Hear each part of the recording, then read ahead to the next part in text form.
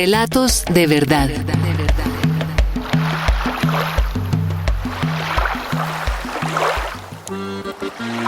Voces de la verdad. El secuestro fue una práctica sistemática usada por todos los grupos armados durante el conflicto colombiano. Cali, año 2001. Yo tenía 11 años, estaba yendo a mi casa después del colegio. Uno de ellos me agarraba por el brazo y me sacaba del asiento para luego sacarme del bus. El secuestro generó en la sociedad un miedo colectivo donde cualquier persona podía ser secuestrada. En esos años de angustia, la radio fue un refugio para los secuestrados y un vínculo con sus familiares.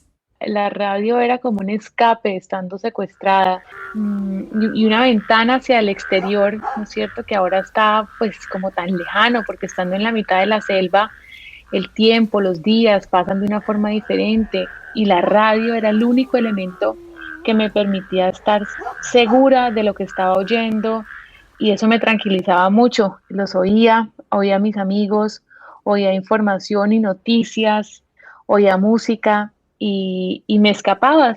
Era la forma como yo me daba cuenta que aunque pasara el tiempo, no me habían olvidado. En medio de la soledad y la incertidumbre, la radio se convirtió en un enlace con las noticias, una conexión con el espacio y el tiempo, y en una aliada para sobrevivir. La radio para nosotros fue factor fundamental de sobrevivencia. Esta es la voz de Aníbal Rodríguez Rojas, un empresario que fue secuestrado en el año 2001 junto a su familia y sus vecinos del edificio Miraflores en Neiva, departamento del Huila. Nosotros escuchábamos radio unas 8 horas al día de manera abierta. Poco a poco pudimos hacerle llegar a nuestras familias, con la gente que fue saliendo, el mensaje de cuáles eran los programas que nosotros escuchábamos.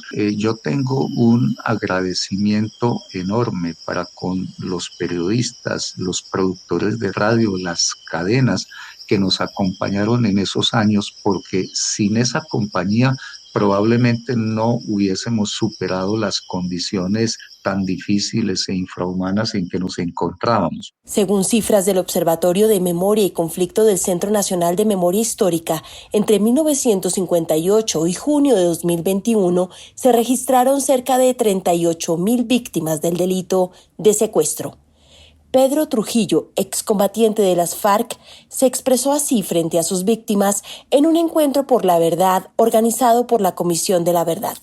No hay palabras para describir la emoción que me invade. Son muchas las cosas que no debieron existir en este conflicto. Son muchas, y una de ellas, y la más dolorosa, el secuestro.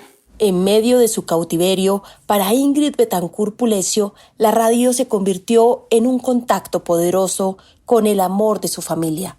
Yo en un momento dado estuve muy enferma, pero lo que sí me acuerdo era que yo oía por las mañanas la voz de mi mamá. Después de oír la voz de mi mamá, yo no podía saber qué me había dicho. Mi mente estaba tan abotagada y estaba tan cansada y estaba en un estado como tan segundo que no entendía, pero la voz de ella, el timbre de su voz, me ayudaba a respirar. Yo creo que la palabra tiene una resonancia en el ser humano que es mucho, mucho más allá de lo que nosotros creemos. Es decir, no es solamente el sentido de las palabras, es la energía que conlleva la palabra. Uno transmite su alma, es decir, su energía, y eso se transmite muy curiosamente por la radio. En eso que las víctimas llaman su viaje al infierno, cuentan que lograron regresar gracias a la radio.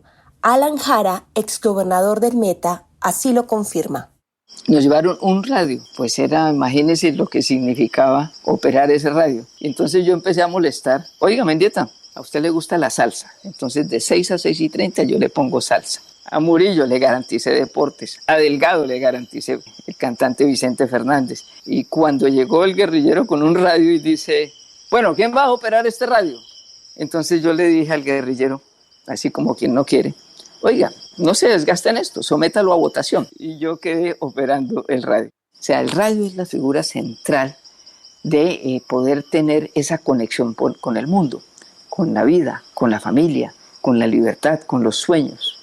y con lo más preciado para uno. Yo creo que si a uno le permitieran hacer como un homenaje a algún símbolo de lo que significó la esperanza durante el secuestro, además desde luego de las familias y de las personas, yo le haría una estatua al radio.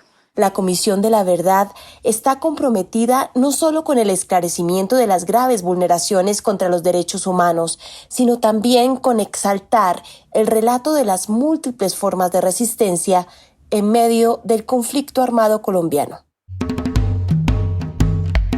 Relatos de verdad.